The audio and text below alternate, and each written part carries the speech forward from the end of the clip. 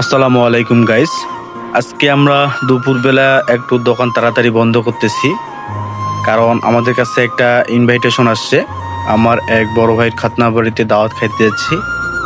আসলে খাতনা বাড়ি বলতে ভুল, আমার বড় ভাই ছেলের খাতনা বাড়িতে দাওয়াত খাইতে যাচ্ছি।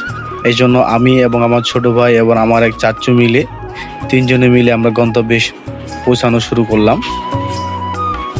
তো গাড়িতে যাচ্ছি কিন্তু প্রচুর পরিমাণ আপনার রাস্তা খারাপ, এই জন্য ক্যামেরাটাও নড়তেছে অনেকটা।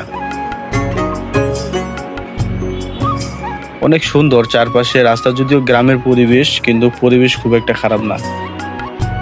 যাচ্ছ কথাগুলো শুনে মুসকে মুসকে হাসতেছে। চারপাশে সবুজ, অনেক সুন্দর রাস্তাগুলা, কিন্তু রাস্তার পজিশন একটু খারাপ আছে। চারপাশে দেখেন অনেক সুন্দর আপনার পরিবেশ, গাছপালা থেকে শুরু করে সবুজ, চারিদিক থেকে অনেক সুন্দর। এখানে সামনে একটা বট গাছ দেখতে পাবেন, অনেক প্রাচীনতম একটা বট গাছ। এর শিকড় কিন্তু অনেকগুলা, যে বট গাছটা বেশি করে দেখানোর চেষ্টা করতেছি।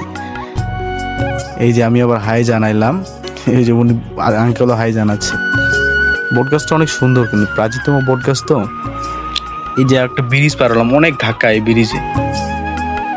আর ওই যে ভাটা দেখতে পাচ্ছেন, ভাটার চিমনি, এটা হচ্ছে আমাদের বদা লক্ষ্মীদ্বারের এই পাশে। আমরা যাচ্ছি বদা লক্ষ্মীদ্বারের দিকে, বড় ভাইয়ের ছেলের খাতনা বাড়ি খাইতে।